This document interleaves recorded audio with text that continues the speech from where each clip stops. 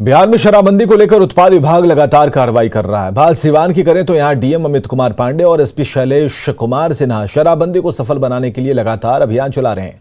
Siwan SP Shailesh Kumar Sinha ने पदभार ग्रहण करते ही बिहार यूपी के बॉर्डर श्रीकरपुर चेक पोस्ट और धरनी छपार चेक पोस्ट का जायजा लिया।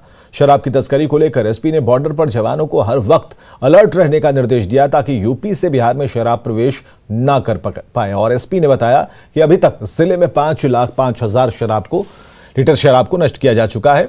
10,300 लोग अभी तक गिरफ्तार किए गए हैं। नए एसपी ने मुहिम को आगे जारी रखने का आश्वासन दिया है। को सख्ती से लागू करने के लिए पूरी तरह से कृत संकल्पित है और लगातार प्रयास किए जा रहे हैं। जब से शराबबंदी लागू हुई है तब से अब तक 5,15,000 के करीब शराब विनष्ट किए गए हैं। 10,300 लोगों की गिरफ्तारी हुई है और 7800 से ज्यादा कांड दर्ज किए गए हैं। यह प्रयास निरंतर जारी है। सिवान बिहार यूपी का बॉर्डर होने के नाते सिवान के जो तस्कर हो या कारोबारी हो इस रास्ते शराब एंट्री नहीं कर पाए, जिसको लेकर सिवान डीएम और एसपी लगातार नज़र बनाए हुए हैं ताकि सिवान में पूर्ण रूप से शराबबंदी लागू हो सके। मृत्युंजय कुमार सिंह, न्यूज़ 18 सिवान। सरकार ने संगीन अपराधों में शामिल अपराधियों को स्पीडी ट्रायल चलाकर सजा देने का फैसला किया है। बिहार सरकार के अपर मुख्य सचिव चैतन्य प्रसाद ने सभी जिलों के एसएसपी और एसपी को पत्र लिखकर ऐसे अपराधियों की सूची मांगी है जो हत्या, बलात्कार, डकैती जैसे जघन्य अपराधों में शामिल हैं, चाहे वो जेल में बंद हैं या हाल में ही जिनका चार्जशीट जिनके ऊपर हुई है। सभी जिलों से कम 25 और अधिकतम 100 अपराधियों की सूची मांगी गई। खबर के बारे में विस्तार से बता रहे हैं हमारे सहयोगी रवि एस नारायण। जघन्य अपराध में शामिल अपराधियों की अब खैर नहीं।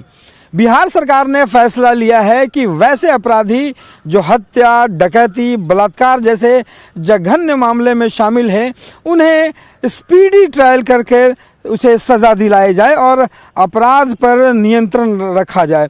इसे लेकर के सरकार के जो अपर मुख्य सचिव हैं चैतन्य प्रसाद, उन्होंने सभी जिलों के एसपी और एसएसपी को पत्र लिखा है और पत्र भेजकर तमाम वैसे अपराधी और उनके कांडों की जो संख्या है, उनकी जो गंभीरता है, उन पर जो मामले हैं उनको भेजने की बात कही है और कहा है कि हर एसपी जो है वो कम से कम 25 और अधिकतम जो है वो 100 कांडों की जो सूची है वो यहाँ पे भेजे।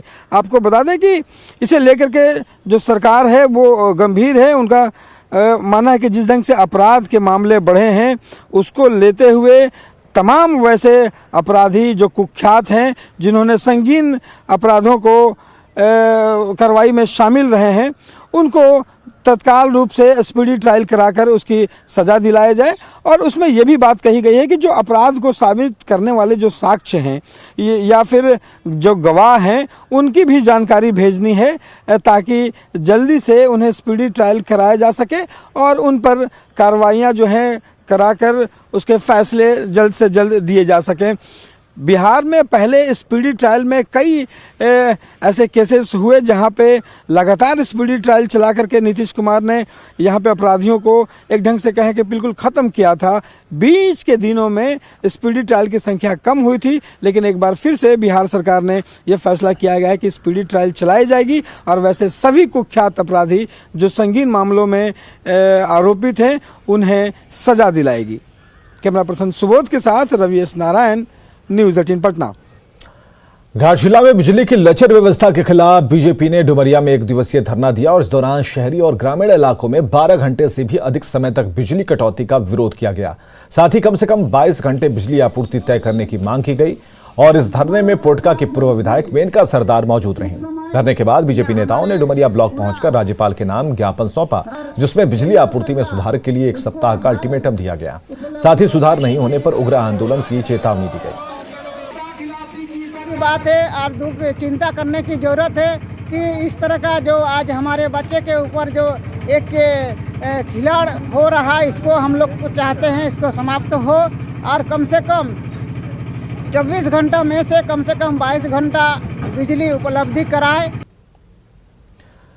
गढ़वा के अति नक्सल प्रभावित क्षेत्र भंडरिया के तिहारो गांव में बिजली आपूर्ति नहीं होने से ग्रामीण परेशान है। 2 साल पहले दीनदयाल उपाध्याय ग्राम ज्योति योजना के तहत बिजली के लिए गांव में पोल लगाया गया था। गांव में सिर्फ 4 से 5 दिन बिजली आई, लेकिन उसके बाद कभी गांव में बिजली ही नहीं आई। गांव में अब बस बिजली के पोल दिखावे के रह गए हैं, जिस कारण ग्रामीण परेशान हैं। ग्रामीणों ने बिजली आपूर्ति बहाल करने की मांग की है। गड़ले लेके देख रहे 8-10 दिन मुश्किल से तनी मनी लफ्जा करके करंट दिया है, तब से बिजली बंद है। लोग बहुत बनाया तो बोला कि तारे खराब है, लोग पहाड़ में बना रहे थे तो बोलो तारे गिर गया, तारे ही है वो ई कहियो बरले ना कहीं लागल बा तब वो कितना दिन से लगल बा? इहे 1 महीना बरल होइयो का, फिर बरले नहीं के, फिर बंद हो गइल से फिर और चालुए नहीं के होइल कबो। तो रोन सब कैसे तू करी ना, फिर कैसे हम सोलर बैटरी से नहीं बॉल बत्ती जराइला। हाँ। तो इसमें बहुत घना जंगल है, जिसके कारण जानवरों के द्वारा और कुछ चरवाहों के द्वारा केबल को डैमेज कर दिया गया, जिस कारण अभी बिजली बाधित है। उसमें बहुत जगह केबल डैमेज हो गए हैं। उसके लिए हम लोग प्रपोजल दिए हुए हैं कि 1-2 किलोमीटर जहाँ पे केबल डैमेज हो गया है, वहाँ पे हम लोग नंगा तार के लिए प्रपोजल दिए हुए हैं। गिरिडीह जिले के बेंगाबाद के फिटकोरिया मोड़ से महेश मुंडा जाने वाली सड़क कई सालों से जर्जर है और इस रास्ते से हजारों लोग रोजाना गुजरते हैं। बारिश होने के बाद यह सड़क तालाब में तब्दील हो जाती है, जिससे हादसे की आशंका बनी रहती है। लोगों को आने जाने में काफी परेशानियों का सामना करना पड़ रहा है। ग्रामीणों ने कई बार सड़क निर्माण को लेकर विभाग से लेकर जनप्रतिनिधियों तक को कहा, लेकिन आज तक कुछ नहीं हुआ।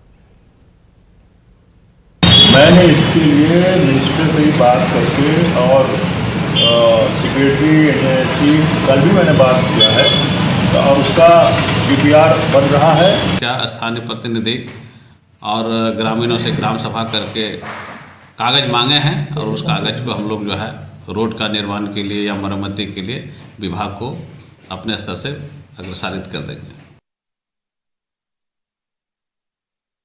राज्य की हेमंत सरकार लगातार ये दावे कर रही है और वादे कर रही है कि सड़कों को बनाया जा रहा है और गांव मोहल्लों को मेन रास्ते से शहरों से जोड़ा जा रहा है। इस वक्त हम मौजूद हैं बेंगाबाद प्रखंड में, जहां पे एक सड़क है जो मुख्य मार्ग जामताड़ा हाईवे को जोड़ती है और रेलवे स्टेशन होते हुए मैं आपको सड़क की स्थिति में दिखा देना चाहता हूं और बताता हूं कि क्या स्थिति बनी हुई है। जो आप देख रहे हैं ये गड्ढा लगभग मेन सड़क से 3 से 4 फीट नीचे धंस गया है, जिसकी वजह से आम लोगों को जो यहाँ पे सफ़र करते हैं जाते हैं उन्हें काफ़ी समस्याओं का सामना करना पड़ता है। किसी भी स्थिति में मोटरसाइकिल तो निकल जाता है, लेकिन 4 चक्के गाड़ी और भी बड़े बड़े गाड़ियों को यहाँ पे फंस जाते हैं और समस्याओं का सामना करना पड़ता है, जिसकी वजह से एक गाड़ी भी रुकी हुई है जिसे दिक्कत हो रहा है यहाँ पे पास होने में। हम उनसे बात करते हैं और अधिक समझने की कोशिश करते हैं। हम बेंगाबाद से आ रहे हैं, फिटकोरिया मोड़ होते हुए हमको इधर से महेशमुंडा निकलना था। रोड तो पूरा यहाँ से वहाँ तक पूरा ख़राब है, लेकिन अब यहाँ ब्रिज के पास इतना बड़ा गड्ढा है कि मेरा गाड़ी उधर जा ही नहीं पाएगा और हमको महेशमुंडा जाना बहुत ज़रूरी है। यहाँ के स्थानीय ग्रामीणों ने कई बार आवेदन लिखकर इसे मरम्मत कराने की मांग कर रहे हैं, बावजूद अभी तक किसी भी प्रकार की इस पर कार्रवाई नहीं हुई है और सड़क ज्यों की त्यों स्थिति में पड़ी हुई है और लोगों का समस्या धीरे धीरे और विकराल होते जा रहा है, क्योंकि हम कह सकते हैं कि सड़क में गड्ढे नहीं, अब गड्ढे में सड़क बन गए हैं और समस्या और भी बढ़ रहा है और परेशानियाँ भी लोगों की बढ़ रही है। खास करके ये परेशानियाँ बरसात के मौसम में और भी बढ़ जाता है और लोगों का जो आना जाना है, कनेक्टिविटी है, वो ठप हो जाता है। गिरिडीह न्यूज़ 18 के लिए मैं एजाज अहमद। विद्यालय के प्रधानाध्यापकों को जब लापरवाही अब जेब पर पड़ने वाली है। सरकारी स्कूल में जिन बच्चों का बैंक खाता नहीं है, उनके खातों में पोशाक और छात्रवृत्ति की राशि डीबीटी के माध्यम से नहीं जा पाती। इसे सरकार ने गंभीरता से लेते हुए निर्देश जारी किया है। इसके तहत स्कूलों में कुल नामांकन के 75% विद्यार्थियों का बैंक खाता अनिवार्य रूप से खोलने के निर्देश दिए गए और ऐसा नहीं करने पर स्कूल के प्रधानाध्यापक के वेतन से 25% की राशि काटी जाएगी। इसके लिए सभी को 31 दिसंबर तक समय निर्धारित कर दिया गया। बात बोकारो की करें तो अभी वर्ग 1 से लेकर 8 तक के करीब 80,000 विद्यार्थियों के खाते बैंक में नहीं हैं, जबकि छात्रों की संख्या जिले भर में 1,90,000 के करीब है। जहां बच्चे को मिल रहा है और खाता नहीं खुलने के कारण यदि उनका वो रुक जाता है तो निश्चित रूप से जो भी प्रभारी हैं या प्रधानाध्यापक हैं उनको उनके लिए ये आदेश है। तो हम लोगों ने इसीलिए उनको भी हिदायत दी है कि आप लोग व्यक्तिगत रुचि रखते हुए अपने विद्यालय के बच्चों का ही करें, और इसमें है कि यदि नहीं खोलते हैं ससमय तो उनका वेतन अवरुद्ध करने के लिए भी हम लोगों ने निर्देश जारी किया है। साहिबगंज में मिर्जा चौकी थाना प्रभारी अशोक प्रसाद ने मिर्जा चौकी मध्य विद्यालय के बच्चों को शिक्षा का पाठ पढ़ाया। वहीं छात्र छात्राओं को पुलिस की कार्यशैली के बारे में विस्तार से जानकारी दी। इस दौरान बच्चों के सवालों का पुलिस कर्मियों ने बड़ी ही सहजता से जवाब दिया, साथ ही उन्हें कानून का पालन करने के लिए जागरूक किया। और खबरें लगातार जारी हैं, बने रहिए हमारे साथ।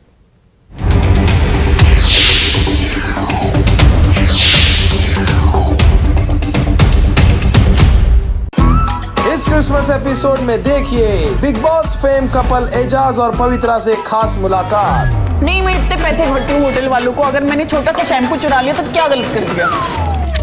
छोटी सरदारनी में हुआ सेंटा बनाने का competition. Jingle bell jingle all the way. और देखिए भारती सिंह की रणवीर सिंह के साथ मस्ती।